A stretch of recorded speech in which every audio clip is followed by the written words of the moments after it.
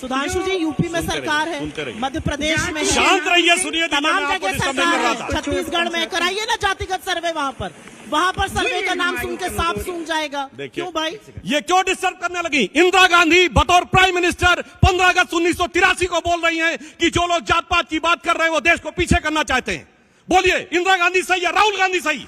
इंदिरा गांधी के जमाने में नारा होता था जात पे न पात पे, इंदिरा जी की बात, इसलिए आपने डिस्टर्ब किया, मुझे पता है, और ये मैं वीडियो आपको दे दूंगा। ये लाल किले की प्राचीर से बोला गया बयान है।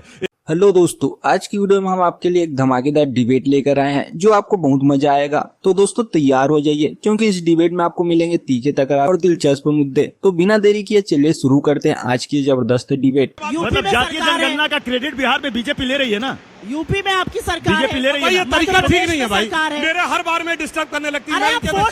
आप सुनिए भाई, नहीं है। अरे भाई, पता नहीं क्या आप लेकर आए आज। अब सुनिए, आपको फोन देखना पड़ रहा है आज। फोन नहीं, अब सुनिए, लपेट लिया आज आपको। आज आपकी कलाई खोली है मैंने अच्छी, बार बार आपको फोन देखना पड़ रहा है।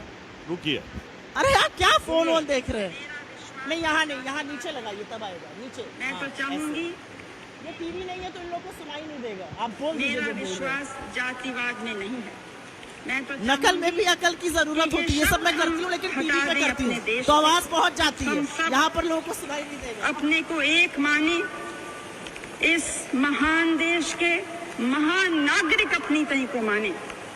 किन बातों ने हमको पीछे रखा? कौन से रोड़े हमारे रास्ते में आए कि हम तेजी से आगे नहीं बढ़ सके? कुछ ऐसे लोग हैं, कुछ ऐसे तबके हैं। सुधांशु जी, यूपी में सरकार है, मध्य प्रदेश में शांत रहिए, सुनिए, तमाम जगह सरकार है, छत्तीसगढ़ में कराइए ना जातिगत सर्वे, वहाँ पर सर्वे का नाम सुन के सांप सूंघ जाएगा। क्यों भाई, ये क्यों डिस्टर्ब करने लगी? इंदिरा गांधी बतौर प्राइम मिनिस्टर 15 अगस्त 1983 को बोल रही हैं कि जो लोग जात पात की बात कर रहे हैं वो देश को पीछे करना चाहते हैं। बोलिए, इंदिरा गांधी सही या राहुल गांधी सही? इंदिरा गांधी के जमाने में नारा होता था जात पे न पात पे, इंदिरा जी की बात, इसलिए आपने डिस्टर्ब किया, मुझे पता है, और ये मैं वीडियो आपको दे दूंगा। ये लाल किले की प्राचीर से बोला गया बयान है। एक दौर में नारा होता था, सुनिए, ये जातिगत जनगणना रुकवाई किसने? नेहरू ने, क्योंकि अंग्रेजों के जमाने तक तो होती थी। और शुरू किसने करवाई थी ये भी बताऊं? Herbert Risley, British census commissioner. 1901 में 2378 जातियां। लच्छेदार झूठ नहीं, एक एक फैक्ट बोल रहा हूं। रुकवाई नेहरू ने। नेहरू का 61 का लेटर है सारे चीफ मिनिस्टर्स को कि वो रिजर्वेशन के खिलाफ है, पर्टिकुलर नौकरी में, क्योंकि इनकॉम्पिटेंसी बढ़ाती है। अब आइए, इंदिरा जी के जमाने में नारा है जात पे न पात पे, इंदिरा जी की बात पे मोहर लगेगी हाथ पे।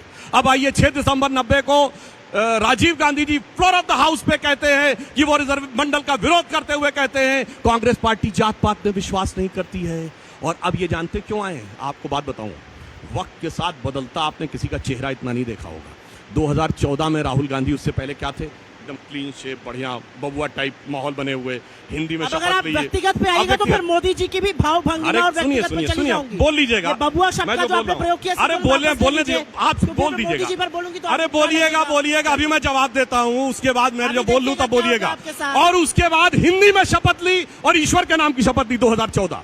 2019 आया, लगता इससे काम नहीं चलेगा, तो क्या किया? अब टीका लगा के कुर्ते के ऊपर जनेऊ वाले हिंदू बन गए और अपनी जाति नहीं गोत भी बताने लगे। कहां? राजस्थान में पुष्कर के मंदिर से निकलते हुए 2019 के चुनाव से पहले। फिर लगा इससे भी काम नहीं बन रहा। अब 2024 में अब वो जनेऊ कुर्ता छोड़ दिया, कार्ल मार्क्स की तरह दाढ़ी बना के, हाफ टी शर्ट पहन के, अब हिंदी की बजाय अंग्रेजी में शपथ, ईश्वर की बजाय सोलमनी अफर्म। मैं पूछता हूं, 2014 में ईश्वर के नाम की शपथ, 2024 में ईश्वर के नाम की शपथ क्यों नहीं ली? और फिर संसद में खड़े होकर भगवान की फोटो दिखाते हैं। इतना बदलता हुआ इंसान आपने 10 साल के अंदर कोई भारत की राजनीति में नहीं देखा होगा जितना ये बदलता। अब बदलते हुए इंसान की क्योंकि छेड़ी दी है तो बदलते हुए इंसान की बात कर ही लेते हैं। जब मैं मुख्यमंत्री रहूंगा तो मैं जीएसटी का पुरजोर विरोध करूंगा, लिख लिख के विरोध करूंगा, और प्रधानमंत्री बनकर जीएसटी का आर्किटेक्ट मैं ही बन जाऊंगा, नरेंद्र मोदी। जब मैं मुख्यमंत्री रहूंगा तो मैं खाद्य सुरक्षा अधिनियम का लिख लिख के विरोध करूंगा, और जब प्रधानमंत्री बन जाऊंगा तो 80 करोड़ लोगों को फ्री का राशन देने का झुनझुना बजाऊंगा, नरेंद्र मोदी। जब मैं आजादी के आंदोलन में नहीं रहूंगा तो मैं मुखबिरी करूंगा, ब्रिटिशर्स को लिखूंगा इसका दमन करो। दमन करो कैसे? यहाँ पर भारत छोड़ो आंदोलन का, नहीं तो बहुत बढ़ जाएगा, फिर मैं अपने आप को राष्ट्रभक्त घोषित कर दूंगा। असलियत यह है कि राहुल गांधी एक ऐसे शख्स हैं जिन्होंने आपकी दिन की नींद और रातों का चैन उड़ा दिया है।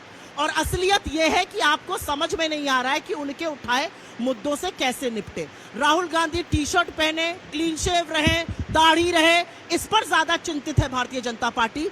समय और परिस्थिति ये है कि इस देश के आदिवासी, इस देश के दलित, इस देश के पिछड़े सीईओ नहीं है, बड़ी बड़ी जॉब्स में नहीं है, गवर्नमेंट ऑफ इंडिया में सेक्रेटरीज नहीं है, उनको इक्वल रिप्रेजेंटेशन नहीं है, और इसलिए जातिगत जनगणना की जरूरत है। जातिगत जनगणना की जरूरत इसलिए है क्योंकि जब एक दलित सरपंच मध्य प्रदेश में एक डीएम के यहां आती है तो उसको बोला जाता है अगर कुर्सी पर बैठने का बहुत शौक है तो अपने घर से कुर्सी ले आओ।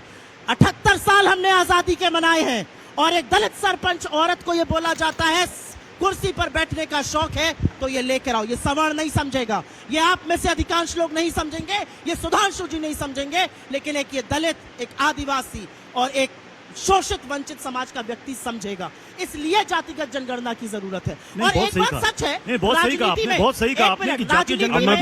राजनीति में बहुत सारे स्टैंड होते हैं और मुझे लगता है कि राजनीति कोई कास्ट इन स्टोन नहीं है। अगर देश की परिस्थिति, अगर लोगों को मौके नहीं मिल रहे तो बिल्कुल आपको स्टैंड बदलना पड़ेगा।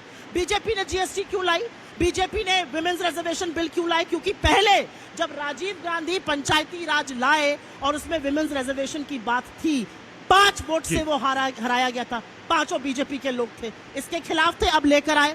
तो मेरा अपना मानना है कि राजनीति में, राजनीति is a dynamic thing, it must change. If it is not changing, जातीय जनगणना बहुत नहीं, जातीय जनगणना की जरूरत है। इसी के आधार पर आपको आरक्षण का कोटा तय करना है।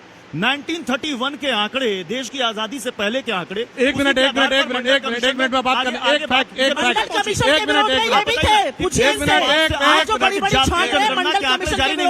कांग्रेस भी रही शासन में लंबे समय तक, बीजेपी भी रही, क्यों नहीं हुआ अभी तक? अभी इन्होंने बोला कि पंचायती राज राजीव गांधी लाए, 5 वोट से गिर गया, 5 वोट बीजेपी के थे, बीजेपी के सांसद ही 2 थे। बोलो भाई, कुछ भी बोलने लगती है। राजीव गांधी के जमाने में बीजेपी के सांसद ही 2 थे, राजीव गांधी कहते थे पकड़ लिया गया, झूठ छोड़िए, आपके बोलने लगती है। आज सुनिए, अब बताता हूँ, 2011 में जनगणना हुई, इनकी सेंसस कराई। भारत सरकार में 140 सेक्रेटरी थे, कितने थे बताइए? SC ST, SC 0, ST 2, किसकी सरकार थी? अभी हमारे कैबिनेट, अब आप देखिए, आप बोल रही थी, मैं एकदम शांत रहा, आपने अपने टर्न पे बोलिए। अभी भारत सरकार के कैबिनेट सेक्रेटरी बने हैं, बता रहा हूं, उसका भी जवाब दे रहा हूं। देखिए, भारत सरकार का सेक्रेटरी यूपीएससी में सेलेक्ट होकर प्रमोशन के द्वारा एक स्टेज के बाद 26-27 साल के बाद पहुंचता है। ये कांग्रेस का अध्यक्ष पद नहीं कि पैदा होते ही सीधे अध्यक्ष बन गए, वो एक प्रक्रिया के थ्रू होता है। आज भारत के जो कैबिनेट सेक्रेटरी हैं वो 1987 बैच के हैं। 87 में आपकी पार्टी नहीं, आपके पिताजी की सरकार थी। बताइए कितने SC ST OBC थे? अरे उन्हीं में से तो बनेंगे आके। अगर आपने उस समय रिजर्वेशन दे दिया होता, काका का लेकर कमेटी की रिपोर्ट मंडल 1980 में लागू कर लिया होता तो 87 अब सुनिए, हमेशा मेरे में ये डिस्कस कर रही है, समय बिल्कुल समाप्त हो रहा है। मैं सुधांशु जी को, बिल्कुल समय कम, बिल्कुल समय कम, बिल्कुल करने के लिए आए, झुंझुना बजाने के लिए देश के सामने। सिर्फ ये 10 साल से झुंझुना बजा रहे हैं, अभी भी इन्होंने कहा कि वक्त बदल जाता है। देखिए, वक्त ऐसा बदलता है कि आदमी अपने पुरखों की बात की भी ऐसी तैसी करने को तैयार हो जाता है। यानी नेहरू भी गलत, इंदिरा भी गलत, राजीव भी गलत, हाय मेरी कुर्सी मिल जाए। सत्ता से बाहर रह के जैसे मछली जल के बिना छटपटाती है, वैसे कांग्रेस छटपटा रही है। तो मैं एक लाइन कहना चाहूंगा, लगातार डिस्टर्ब कर रही है, एक लाइन सिर्फ कहना चाहूंगा। अच्छा सुनिए, इन्होंने एक मिनट एक सेकंड देखिए, गांधी के सामने सिर झुकाने से मिलती है। नहीं, सत्र की अवधि यहीं पर, सत्र की अवधि यहीं पर समाप्त हो रही है। मुझे एक सेकंड दिए जाए पूरे बात नहीं तो मुझे भी जो आप लगातार बोलिए, 15 और मेरा दावा है 30 सेकंड के बाद जवाब दे पाएंगे। इन्होंने स्वतंत्रता आंदोलन में कहा, नेहरू प्रधानमंत्री बने 2 सितंबर 1946 को कैबिनेट प्लान में वेवेल के द्वारा शपथ लेकर, यूनियन जैक के झंडे के नीचे क्वीन की निष्ठा की शपथ लेकर। भारत का संविधान नहीं था। बोलो, ये अंग्रेजों से लड़ाई लड़ रहे थे। सुप्रिया जी बोलिए, 1946 में।